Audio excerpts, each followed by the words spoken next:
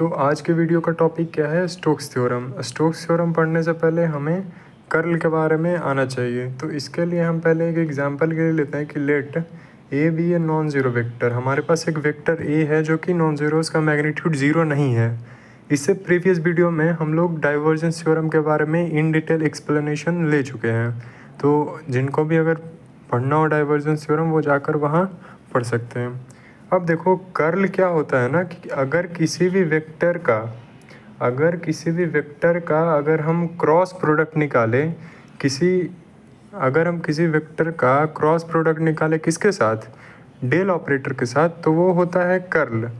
और इससे previous video में जब डाइवर्जेंस थ्योरम पढ़ रहे थे तो वहाँ पे बताया गया था कि जो डाइवर्जेंस होता है वो होता है डेल ऑपरेटर के साथ डॉट प्रोडक्ट। ठीक है, तो अगर कोई भी वेक्टर ए है उस वेक्टर का डेल, ये इसको डेल ऑपरेटर बोलते हैं, डेल ऑपरेटर के साथ अगर ये डॉट प्रोडक्ट है तो ये क्या हो जाएगा? उसका डाइवर्जेंस। अगर उसी वेक्टर का क्रॉस प्रोडक्ट है डेल ऑपरेटर के साथ तो ये क्या हो जाएगा? उसका कर्ल। कर्ल हमेशा ये बताता है कि वेदर अ मूवमेंट इज़ रोटेशनली और नॉट, मतलब अगर कोई मूवमेंट हो रहा है किसी भी पार्टिकल का तो वो रोटेशनल है या नहीं है, वही कर्ल बताता है। अगर किसी भी अगर कर्ल निकाले हम, अगर किसी भी वेक्टर का अगर हम कर्ल फाइंड करते हैं और कर्ल नॉन ज़ीरो आता है, इट मीन्स कि वो वेक्टर जो है वो अभी रोटेशनली मूव कर रहा है। और अगर कर्ल ज़ीरो होता है इसका मतलब उसका जो मूवमेंट है वो नॉन रोटेशनरी है। ठीक है, तो उतना डिटेल्स में नहीं जाते हैं, हम लोग सिंपली ये देखते हैं कि कर्ल होता क्या है। ठीक है, अब देखो जैसे अगर हम वेक्टर ए लिए तो यहाँ पे डेल ऑपरेटर के साथ क्रॉस प्रोडक्ट देंगे ए के साथ, तो ये हमारा क्या आ गया? कर्ल।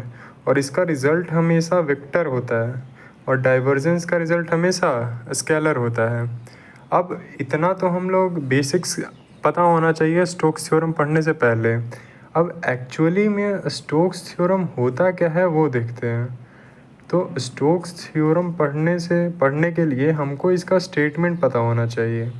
तो ये क्या बोलता है ना स्टोक्स थ्योरम, पहले ध्यान से सुनो हम बोल क्या रहे हैं। अगर हम यहाँ पे एग्जांपल ए लिए हैं तो हम ए के रेफरेंस में बोलेंगे। यहाँ पर ए एक बस एक वेक्टर है जो कि बता रहा है कि ये वेक्टर के साथ ऑपरेशन होता है। ठीक है, अब देखो स्टोक्स थ्योरम क्या बोलता है कि अगर हम किसी भी वेक्टर का कर्ल और उस वेक्टर के कर्ल का अगर हम सरफेस इंटीग्रेशन ले तो वो हमेशा बराबर होगा linear integration of that vector. It means कि अगर हम किसी भी वेक्टर के कर्ल का सरफेस इंटीग्रेशन ले तो वो हमेशा न्यूमेरिकली किसके बराबर होगा? Linear integration of that vector. ठीक है, तो दिस लॉ, इसका स्टेटमेंट देखते हैं। This law states that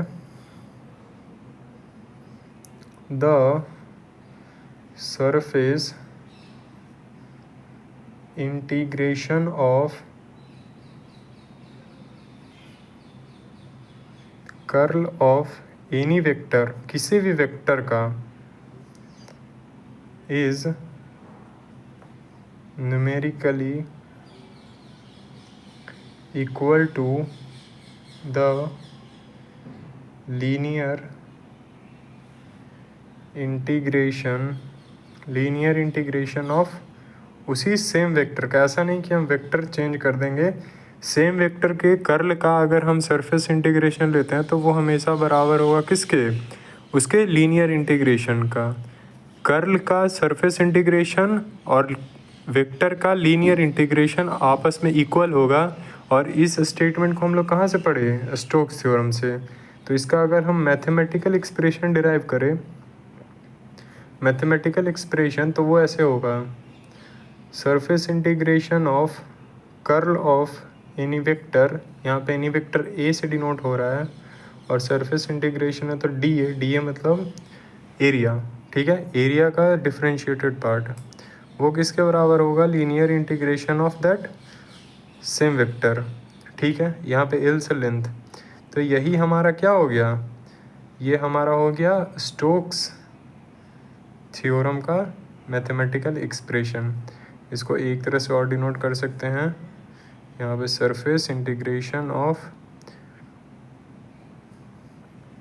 curl of any vector is equals to linear integration of that same vector. ये दोनों क्या है, स्टोक्स थ्योरम का इक्वेशन है। Thank you.